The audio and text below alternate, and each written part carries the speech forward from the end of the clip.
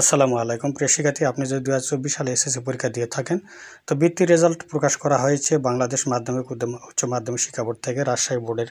এখানে বৃত্তির রেজাল্টটা আপনারা দেখতে পাবেন।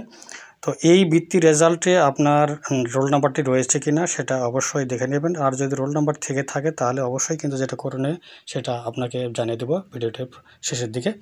তো পুরো ভিডিওটি দেখে নেবেন, তাহলে কিন্তু আপনারা আপনাদের রেজাল্ট এখানে আছে কিনা, আপনি বৃত্তি পেয়েছেন কিনা তা জানতে পারবেন। তো এখানে বৃত্তিতে এবারে মেধাতে দেওয়া হয়েছে 513 জনকে, সাধারণ গ্রেডে দেওয়া হয়েছে 3072 জনকে। এরপরে আপনি যেটা করবেন সেটা হলো আপনার রোল নাম্বারটা এই বৃত্তি তালিকায় রয়েছে কিনা তা অবশ্যই আপনাকে দেখে নিতে হবে। আর যদি থেকে থাকে তাহলে যেটা করণীয় সেটা আপনাকে এখনই বলে দেব। তো প্রিয় শিক্ষার্থী, যেটা করতে হবে আপনাকে সেটা হলো এই যে আপনি যদি সায়েন্সের হয়ে থাকেন তাহলে অবশ্যই আপনি সায়েন্স বিভাগে আপনি এই তালিকাটা খুঁজবেন। এখানে রোল নাম্বারটা দেওয়া আছে, রোল নাম্বারগুলো এখান থেকে যাচাই করে নেবেন।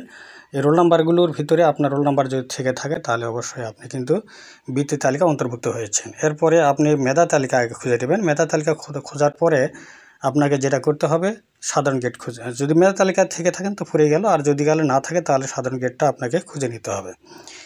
এরপরে সাধারণ গেট খোঁজার জন্য আপনি যেটা করবেন, এভাবে মেধা তালিকা দেখার জন্য যেটা করবেন সেটা হলো আপনি সায়েন্স যদি হয়ে থাকেন তাহলে সায়েন্সেরগুলো খুঁজে নেবেন। এরপরে আপনি যদি গেলে সায়েন্স, তারপরেও আর একটা লক্ষণীয় সেটা হলো আপনি ফিমেল না মেল সেটা একটু দেখে নেবেন।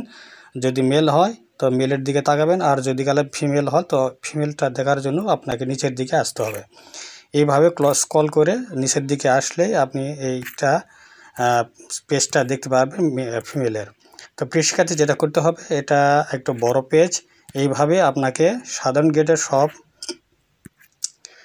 এইভাবে পেজটা পুরাটা দেখে নেবেন। তারপরে আপনি যেটা করবেন সেটা হলো সাধারণ গেটের দেখার জন্য যেটা আরও নিচে আসতে হবে, অনেকটা বড় একটা পেজ, প্রায় 200-300 পৃষ্ঠার একটা পাতা এটা। তো এখানে মেধার দিকে এখানে সায়েন্স গ্রুপের দেওয়া আছে, বিজনেস দেওয়া আছে, প্রত্যেকটা গ্রুপ ওয়াইজ আপনাকে মেধা তালিকায় আপনার নাম্বারটা দেওয়া হচ্ছে।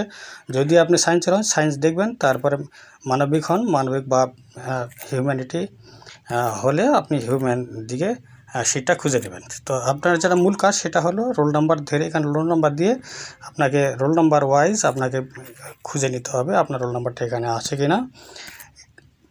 মেধা শিট দেখা শেষ করার পরে জেনারেল সাইডটা একটু দেখে নেবেন।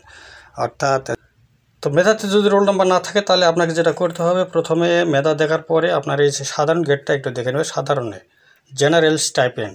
তো এই সাধারণ মেধাতে আপনারা আছে কিনা, সাধারণে আপনি বৃত্তিপ্রাপ্ত হয়েছেন কিনা, এই রোল নাম্বারটা এখান থেকে খুঁজে নেবেন। যদি এখানে রোল নাম্বার থেকে থাকে তাহলে অবশ্যই আপনাকে তাৎক্ষণিকভাবে বিদ্যালয়ের প্রধান শিক্ষকের কাছে জানাতে হবে যে আমি বৃত্তি এবারে সাধারণ গেটে মেধাতে পেয়েছি।